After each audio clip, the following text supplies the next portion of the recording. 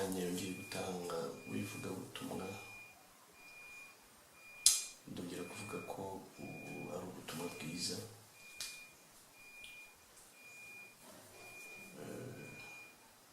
nk'uko Yesu yabivuze avuga ngo umwuka w'Uwiteka uri kuri njye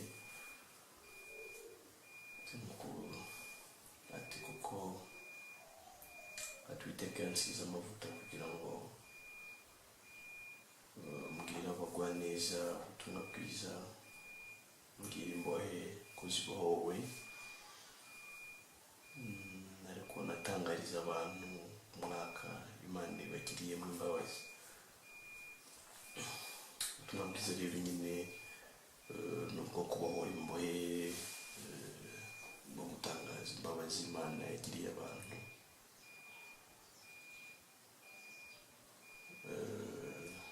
Ntabwo ari uwo gutera abantu ubwoba, kubaka ibyabo n'ibindi,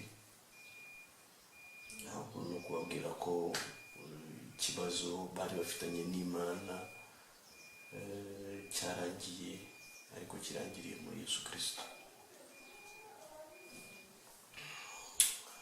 Nyine tukaba dukomeje uruhererekane rw'ibiganiro byacu twahaye umutwe ugira uti ijuru ntirikorerwa, dusobanura tugomba gusobanura impamvu koko nyine ijuru ridakorerwa. Ese niba bitava mu muhate, bitava mu mbaraga zanjye, bitava mu kwitwara neza kwanjye no kwibombarika, noneho naribona gute? Ngira ngo iki ni igice cya gatatu cy'urwo ruhererekane. Igice cya mbere cyavuga kuri kamere y'icyaha, aho twasobanuye uburyo twavutse turi abanyabyaha ariko bikomotse kuri Adamu, umukurambere wacu, umuntu wa mbere Imana yaremye, bityo bigatuma natwe tuvuka turi abanyabyaha, tuvukana ubwandu bw'icyaha. Akaba ari nayo mpamvu mu by'ukuri umuntu agerageza gukora ibyiza ariko agasanga yakoze ibibi, kuko afite ubwo buzima bw'icyaha akomora kuri Adamu. Ariko nkavuga ni nk'uko twakomeje kundabira no mu gice cya kabiri cyo twahaye umutwe uvuga ko Imana itareba nk'abantu, iyo nyine ikuma kutureberaho imbere muri ubwo buzima twavukanye twita abanyabyaha. Bitandukanye rero nuko abantu bareba inyuma ibifatika ibyo umuntu yakoze, ibyo bigatuma nabo bamuhera bamushyira mu cyiciro swate cy'abanyabyaha cyangwa cy'abakiranutsi, ariko si byo. Yesu yigeze abwira abafarisayo n'amagambo yo muri Luka 16:15 ngo mukunda kwigira beza imbere y'abantu, ngo kandi Imana iziba mu mitima yanyu, ngo kubera ko icyogejwe imbere y'abantu kiba ari kizira imbere y'Uwiteka. Twagombye kureba kandi ko nyine hashingiye ku bwo buzima bw'icyaha usanga umuntu yibwira ko yagerageza gutungana, ariko ugasanga noneho aravuga ati hari dukeya nkora tubi, ariko utubi duke tugira bya bindi byose byitwa byiza bibi n'ubundi. Ariko kandi nkavuga ko igiti kibi kitakwera imbuto nziza. Nyine umuntu ni mubi yashingiye ku iyo nkomoko, badashingiye ku kintu icyo ari cyo cyose. Noneho igikomeye ari nacyo nifuza ko tuvuga uyu munsi ni ugukiranuka dusabwa. Gukiranuka dusabwa kugira ngo tujye mu ijuru ni ukuhe? Numva gukiranuka k'umuntu twakuvuzeho mu buryo buhagije, aho twabonye nyine ko ari ubushwambagara ndetse buriho n'ibizinga. Aribyo tuvuga ko uyu munsi wagenze neza ejo ukagenda nabi, ugakora kimwe cyiza ugakora 20 bibi, ariko n'ibyo bita byiza mu by'ukuri bikaba ari byiza kuri wowe, ariko si byiza ku Mana, kuko igiti twariyeho mu ngobyi ya Edeni ni igiti cy'ubwenge bumenyekanisha ikibi n'icyiza. Bisobanura ko ikibi n'icyiza by'umuntu byose bikomoka ku giti kimwe kandi igiti kibi. Bavuga rero ko ari nacyo kintu abantu batumva neza, ni uko dusabwa gukiranuka kw'Imana atari ukwacu. ariho twabonye ko n'Aburahamu yaza kugira ngo icyo yirata mu byo yakoze ngo ari kukirata imbere y'abantu ariko atari imbere y'Imana. Gukiranuka kw'Imana ndagira ngo tukumve, gukiranuka kw'Imana aho n'Aburahamu atari kubona icyo yirata imbere yayo. Gukiranuka kw'Imana niko Imana yifuza ko uzabana nayo mu ijuru wese azaba afite, ntabwo ari gukiranuka kw'abantu. Bibiliya avuga muri Yobu, ni amagambo nifuza ko tunasomaho gatoya tukareba Yobu igice 25,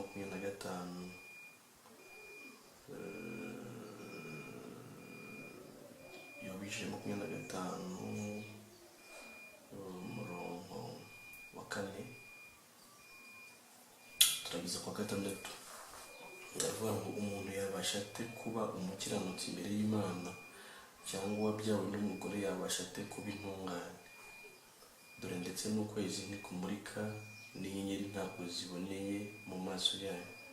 Nkanswe umuntu w'inyo gusa, umwana w'umuntu w'umunyorogoto. Ndagira ngo dusubiremo ayo magambo tuyumve neza. Umuntu yabasha ate gukiranuka imbere y'Imana, cyangwa uwabyawe n'umugore yabasha ate kuba intungane? Dore ndetse n'ukwezi ntikumurika n'inyenyeri ntabwo ziboneye mu maso yayo. Nkanswe umuntu w'inyo n'umwana w'umuntu w'umunyorogoto.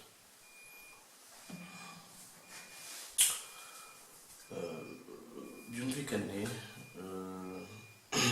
gukiranuka kw'Imana ntabwo abantu bagushyikira,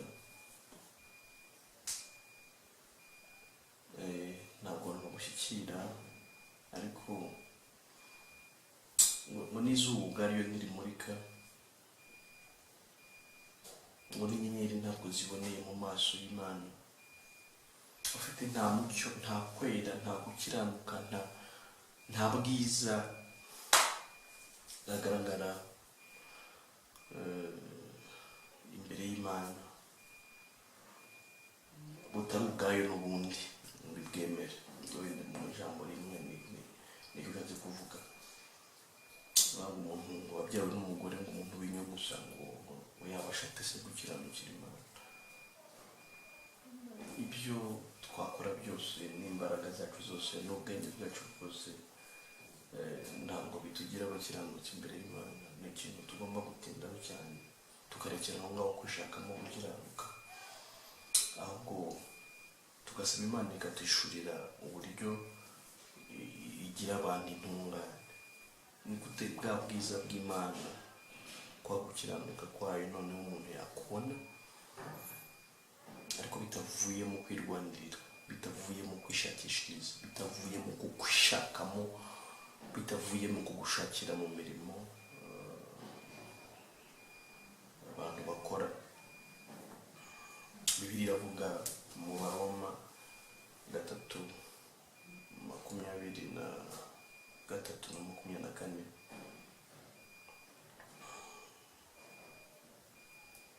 ariko reka duhere kuri 21. Abaroma 3:21 tugeze kuri 24. Aravuga ngo ariko noneho hariho gukiranuka kw'Imana kwahishuwe kudaheshwa n'amategeko, nubwo amategeko n'ibyahanuwe ari byo biguhamya.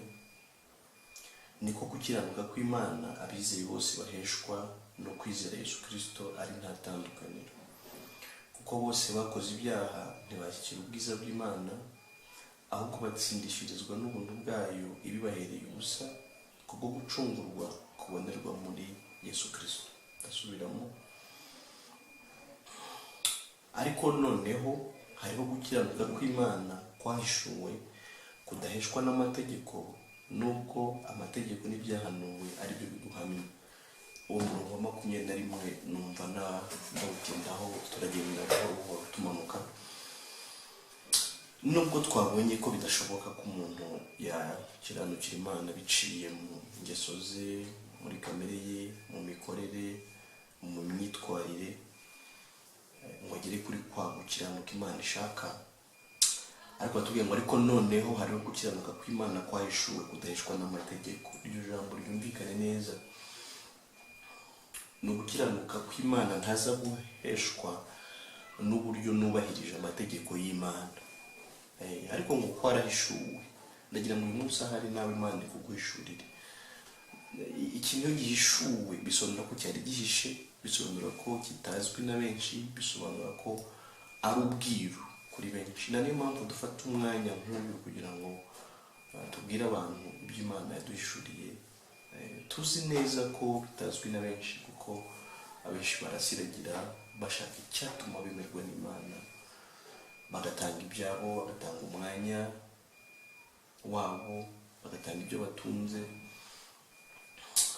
ariko byose n'ubundi imitima yabo ikaguma kubabwira ko batemewe, ko badakiranuka, ko atari beza. Nubwo bwose wagerageje ubwo buryo bwose ukumva umutima ntukwemerera gukiranuka, ariko nanjye uyu munsi reka nkubwire iyo nkuru nziza nk'uko nanjye nayimenye kandi ubura, ngo hariho gukiranuka kw'Imana kwahishuwe kudaheshwa n'amategeko. Muri amategeko n'ibyahanuwe bihamya ko gukiranuka bishatse kuvuga iki rero? Bishatse kuvuga ko abahanuzi ba Yesaya, ba Yeremiya n'abandi bagiye bahishurirwa uburyo mu by'ukuri Imana izatanga Yesu, akaba ari we uduhesha gukiranuka. Ariho tugenda tubona ubuhanuzi bwa ba Yesaya, nka Yesaya bivuga muri Yesaya 53 tubwira ngo ibyo Uwiteka ashaka byose bizasohozwa neza n'ukuboko kwe. Azabona urubyaro, azarama,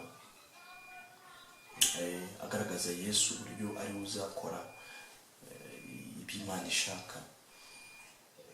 Tukakomeza tubona ba Yeremiya, tukabona ubuhanuzi buvuga kuri Shami, tukavuga ngo tukumva ijambo ritubwira ngo Shami ngo bisobanura ngo Uwiteka gukiranuka kwacu, aho Uwiteka ari uzaduhindukira gukiranuka. Ibyahanuwe n'amategeko nibyo bihamya ko gukiranuka. Ariko mvuge ngo ibyo ba Mose banditse mu mategeko byose biza guhamya uko gukiranuka kwa Yesu, kuko Yesu yarakiranutse, ntiyica itegeko na rimwe. Gukiranuka kwe rero kwemewe n'amategeko. Noneho rero ko gukiranuka kwemewe n'amategeko, Imana yagaragaje uburyo umuntu akubona ariko atari we wagukoreye, atari uko ari we wubahirije mbega amategeko, noneho ahubwo aguhereye ubuntu. Nibyo dukomeze tureba mu 22 ngo niko gukiranuka kw'Imana abizeye bose baheshwa no kwizera Yesu Kristo ari nta tandukaniro. Birababaje cyane. 22 uvuga ikintu cyiza, ariko ku rundi ruhande kibabaje, aho umuntu avuga ko yizeye Yesu Kristo ariko akavuga ko atari umukiranutsi. Nyine ubwo wakwibaza Yesu yizeye yari Yesu we? Urumva ngo ni ugukiranuka kw'Imana abizeye bose baheshwa no kwizera Yesu Kristo ari nta tandukaniro. Niba warizeye Yesu Kristo wakabaye uri umukiranutsi ubiheshejwe nyine na Yesu, wakabaye warabazweho ko gukiranuka kw'Imana biciye muri Yesu Kristo, atari ibyo utaramwizera Yesu, utaranamenya icyo yagukoreye. Ubundi ni we nyine wakiranutse, ni we watunganije byose kugira ngo atugire intungane. Iyo umwizeye rero ubarwaho ko gukiranuka. 23 aravuga ngo kuko bose bakoze ibyaha ntibashyikira ubwiza bw'Imana. Twagiye tuvuga ku iri jambo kenshi. Navuga nti impamvu byasabye ko Yesu ari we uduha gukiranuka kwe, nuko abantu bose bakoze ibyaha ntibashyikira ubwiza bw'Imana. Nta n'umwe wabashije kugera ku kigero Imana yashakaga, nta n'umwe wabashije gutungana ku rugero rwuzuye. Bituma rero Imana itanga Yesu kugira ngo abe ari yitunganira, hanyuma ubutungane bwe abuduhe nk'impano. 24 ngo ahubwo batsindishirizwa n'ubuntu bwayo bibahereye ubusa, ku bwo gucungurwa kubonerwa muri Yesu Kristo. Nagiye nkunda gusobanura ibintu byo gutsindishirizwa, ariko ndakigarukaho. Gutsindishirizwa ni ugutsinda utakinnye, ni ugutsinda utakoze, ahubwo hatsinze undi, hakinnye undi, hakoze undi, ariko iyo ntsinzi ye ukayitirirwa. Mu yandi magambo, nkunda gutanga urugero rw'amakipe, nk'abafana b'amakipe murabizi. Nk'ubu ngubu nimba ufana Chelsea, ukaba uzi ko yamaze kwegukana igikombe kuri ubu, nawe wumva wabonye igikombe, ndetse n'abo mukorana, n'abo muturanye, n'abo mwigana, uri kubiyemera ubabwira ko watsindiye igikombe cyo mu Bwongereza. Yantangara niyo umuntu utanahazi, utazi no mu Bwongereza ari he, utagira n'umugabane muri Chelsea, avuga ko nawe yatsinze, akavuga ko intsinzi ari iye, kandi akayinezererwa igihe kitari gitoya, akabyumva muri we ko yatsinze. Ese watsinze ute? Mu by'ukuri nta kundi gutsinda ni ukubabazwa w'intsinzi nyine ya Chelsea, kubwo kuyifana gusa, ariko utakinnye, utashyizemo amafaranga. Nuko ni kimwe na Rayon, ni kimwe na APR n'andi makipe. Umufana wayo, iyo ikipe yatsinze avuga ko nawe yatsinze. Ni ugutsinda utakinnye. Hakinnye abakinnyi 11, ariko intsinzi ibaye iy'abantu bose bafana iyo kipe. Yesu rero niwe watunganye kugira Imana yashakaga, ariko agamije kugira ngo gutungana kwe, gukiranuka kwe akuduhe, hanyuma tubarwe nk'abakiranutsi, ariko dutsindishirizwe, tubazweho gukiranuka kwa Yesu. Atari gukiranuka kwanjye ko muri kamere yanjye, ahubwo ari gukiranuka kwa Yesu ko kuzuye, kutagira inenge, kutagira icyaha. Yari bikwiye rero ko Yesu udakomoka kuri Adamu aba ari we uza mu isi kugira ngo atunganye ibyananiye abantu, yumvira Imana ku rugero rwuzuye. Bibiliya tubwira ngo yarageragejwe mu buryo bwose, uretse ko watigeze akora icyaha. Hanyuma gutungana kwe, kutagira icyaha, kutagira inenge, aba ari ko kuduhesha kwemerwa, twemerewe muri Yesu. Nk'uko Adamu yakoze icyaha, bigatuma abantu bose bahinduka abanyabyaha, babazweho iby'Adamu, nane ko gukiranuka kwa Yesu guhesha abantu bose babyemeye guhinduka intungane, kandi bikabahesha ubugingo buhoraho. Iryo jambo riba mu Baroma mu bice 5, umurongo wa 18 n'uwa 19. Baravuga ngo nuko rero ubwo igicumuro cy'umuntu umwe cyateye ko abantu bose bacirwaho iteka, ni nako icyo gukiranuka cyakozwe n'umuntu umwe cyahesheje abantu bose gutsindishirizwa bagahabwa ubugingo. Kandi nk'uko kutumvira Imana k'umuntu umwe kwateye ko abenshi baba abanyabyaha, niko no kwiyumvira k'umwe kuzatera ko abenshi baba bakiranutse. Biratangaje ko ndabyumva cyane mu buryo bw'amakipe, gutsindwa kw'ikipe gutuma abantu benshi nabo batsindwa, ariko gutsinda kw'indi kipe nako gatuma abantu benshi batsinda. N'ibindi nuko bimeze. Dufite amakipe abiri, dufite Adamu, dufite Yesu. Hanyuma gutsindwa kwa Adamu kwatumye twese dutsindwa, aho wabyemera utabyemera wabaye umunyabyaha biturutse kuri Adamu, bikubarwaho, ndetse Bibiliya ikavuga ngo n'igihano cyabyo cyo gucirwaho iteka. Ntabwo abantu bazacirwaho iteka kubera ko bo bakoze byinshi, ahubwo ni igicumuro cy'umuntu umwe cyateye ko abantu bose bahinduka abanyabyaha, ndetse banacirwaho iteka. Ariko no gukiranuka k'umwe ari we Yesu, ubwo n'indi kipe noneho yakinnye neza iratsinda, bituma abafana bayo n'ubundi nabo bahinduka abatsinze, bahinduka abakiranutse, ariko atari uko mu by'ukuri bakiranutse, ahubwo babazweho intsinzi y'uwo bafana. Nawe rero icyo usabwa no gufana iyo kipe yatsinze, ukabarwaho intsinzi, ariko navuga nyine ngo ukanahabwa n'igihembo cy'intsinzi aribwo bugingo buhoraho. Navuga ko gukiranuka kwa Yesu, kutagira icyaha, kutagira inenge, yakiranutse ariko ari njye bikorera, ari we wabikorera, kuko twese twakoze ibyaha ntitwashyikira ubwiza bw'Imana. Ahitamo kuza kudutsindira, ahitamo kuza kudutsindishiriza, ahitamo kuza kudukinira mu mwanya wacu, kugira ngo atsinde, hanyuma noneho tubarweho intsinzi ye.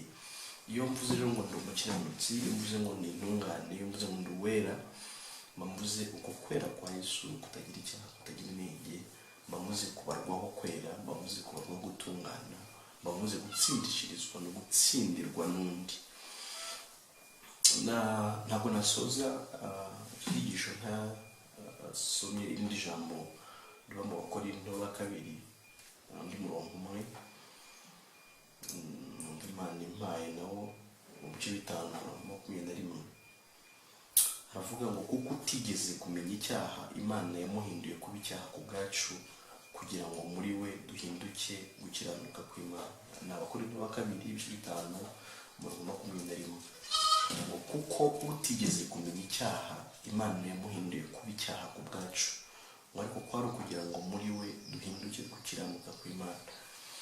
Ariko byumvikane ko ubwo twemera ko Yesu yahindutse icyaha ku bwacu, ariko twemere n'icyabimuteye. Icyabimuteye ngo kwari ukugira ngo muri we natwe duhinduke gukiranuka kw'Imana. Ni ukuvuga ngo kwari ukugira ngo natwe aduhe gutungana kwe, duhinduke intungane ku rugero rw'Imana, ariko tubaswe gutungana kwa Yesu. Ni ukuvuga ngo yahindutse icyaha, nta cyaha yakoze, ariko kwari ukugira ngo natwe duhinduke intungane, ntacyo gutungana twakoze, ahubwo tubazweho ibya Yesu. Yesu ibyaha byacu nibyo yishyizeho ahinduka icyaha, atarakoze icyaha, adashobora no kugikora, ariko kwari kugira ngo natwe twambike gukiranuka kwe, duhinduke intungane, nubwo tutari kubasha gutungana, tutanabishobora na n'ubu, ariko tubazweho gutungana kwe. Ni ingurane muri aya magambo, yahindutse icyaha kugira ngo duhinduke intungane. Mbega ntitwemere kimwe, ikindi tujya kucyemera. Niba wemera ko Yesu yahindutse icyaha akanabizira, kandi uko wemera ko ntacyo yari yigeze akora, ko nta n'icyo ashobora gukora, nawe wari ukwiye kwemera icyo nyine, ko nawe wahinduka intungane ukanabihemberwa, ari ntacyo gutungana wakoze, ahubwo ubazweho gutungana kwa Yesu. Ni ingurane, ubwo nibwo butungane Yesu yatuzaniye, ubutungane bw'Imana bwuzuye butagira inenge. Ubwo si ugutungana kwanjye mvuze, oya, ni ugutungana kwa Yesu mbarwaho. Nawe iyo uvuga ko watwaye igikombe cyo mu Bwongereza, ngira ngo ukwiye kuba wumva ko butaragera no mu Bwongereza mu by'ukuri ntacyo wakoze kugira ngo icyo gikombe ukitirirwe, ahubwo ni ikipe, ni abakinnyi babize icyuya, n'abashyizemo amafaranga yabo kugira ngo bikunde, ariko nawe ukavuga ngo natsinze, intsinzi narayegukanye, igikombe ndagifite. Bikwiye kuba byumvikana, ntitwemere iby'abantu. Bibiliya iravuga ngo ubwo twemera iby'abantu bavuga, iby'Imana nabyo birabiruta. Uko ni kuko umuntu abasha kuba intungane, niko buryo bwonyine Imana yagennye. Niyo mpamvu Bibiliya ivuga ko Yesu ari we nzira, ukuri n'ubugingo, ko ntawe ajya mu ijuru atari we umujyanye. Ni uko gukiranuka dusabwa ntawe wakubona. Niyo mpamvu keretse wemeye Yesu akaguha gukiranuka kwe, ko agutangira ubuntu ukaba intungane. Ntabwo intungane ari umuntu witwaye neza kurusha abandi, nk'uko njya numva abantu bavuga ngo batora abatagatifu bagendeye ku byo bakoze. Oya, ntaho biba. Bibiliya ivuga ko ibyo abantu bakoze babushwambagara n'ibizinga. Muri Yesaya 64:5 twarabivuze cyane. Ntabwo butungane ntibubaho nyine imbere y'Imana. Cyakora ubwo yaba ari umutagatifu imbere y'abantu, ariko Bibiliya ikavuga ngo cyogejwe imbere y'abantu n'ikizira imbere y'Uwiteka, nk'uko twabivuze. Intungane imbere y'Imana iba intungane ku buntu, atabiheshejwe n'imirimo, ahubwo abazweho gukiranuka kwa Yesu, we wakiranutse ku rugero rwuzuye. Navuga rero ko nshima Imana kuko uyu mwanya yari duhaye kugira ngo tuganire ku buryo umuntu yaba intungane, abazweho gutungana kwa Yesu, akaba intungane ku kigero cy'Imana, atabiheshejwe n'imirimo akora, ahubwo abiheshejwe no kubarwaho gukiranuka kwa Yesu. Ibyo byemeye uyu munsi wabona ijuru, nk'uko Yesu yemeye ibyaha byawe akajya mu rupfu, nawe wemeye gukiranuka ko wajya mu ijuru. ariko uko nyine ugaragaza ukabwira Imana ati nanjye nzanye gukiranuka kwa Yesu, ikaguha ubugingo buhoraho, mu by'ukuri atari uko wabukoreye. Uko niko Yakobo yagabanye umugisha wa Esawu, ariko yambaye uruhu kugira ngo agire ubwoya inyuma, kuko mu by'ukuri we umubiri we ntabwo yagiraga, kandi nta n'uburyo ari kubugira ngo bumere, cyangwa ngo ashaka ibyo akora kugira ngo amere nka Esawu. Ntibyari gushoboka, byasabye ko yambara uruhu inyuma,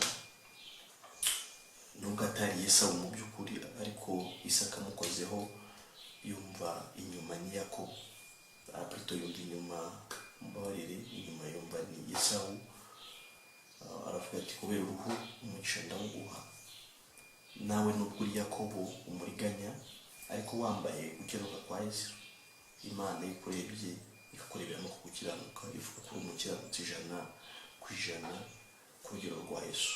Nk'uko Isaka ari we mubyeyi w'abana wari gutanga umugisha, nta kindi yarebyeho, yarebye gusa ku ruhu inyuma. Aravuga ati kubera uruhu, kubera ubwoya bwa Esawu ufite, ndaguha umugisha, no kumugisha wegukana nawe uyu munsi ijuru wagiye gukana, ariko kubera gukiranuka kwa Yesu wambaye, utishatsemo gukiranuka imbere, kuko ntako ufite, nta no kuzigera ugira ko atuma wemerwa n'Imana. Shimira Imana rero iki kiganiro, tuzakomeza tuganire, mbibutsa nimero zacu. MTN ni 0784 ikurikirana 42 Tigo 0722 1551204. Watuhamagara, watugisha inama, watwandikira. Amavideo yacu ari kuri YouTube, wayakurikira. Aho wagira ikibazo hose watubaza, tuba twiteguye gusubiza ikibazo cyose kijyanye n'iri jambo ry'ubutumwa bwiza ribwira abantu uburyo umuntu yajya mu ijuru ku buntu biciye muri Yesu Kristo, adatanze amafaranga, adatanze icyacumi, adatanze amaturo, atubatse insengero, atagiye mu butayu, atakoze indi mirimo yose y'agahato abantu bakora bazi ko bakorera Imana, ariko mu by'ukuri icyo ngicyo cyari igishushanyo kuri kwa bene Yesu. Yesu yasohoje gukiranuka Imana yashakaga, nawe yemeye wemererwa muri ko ijuru ukabibona. Mbasabye umugisha uturuka ku Mana, amahoro aturuka ku kwizera Yesu Kristo, ubuntu bw'Imana n'urukundo rwayo n'imbabazi bibane namwe none ndetse n'iteka ryose. Amen.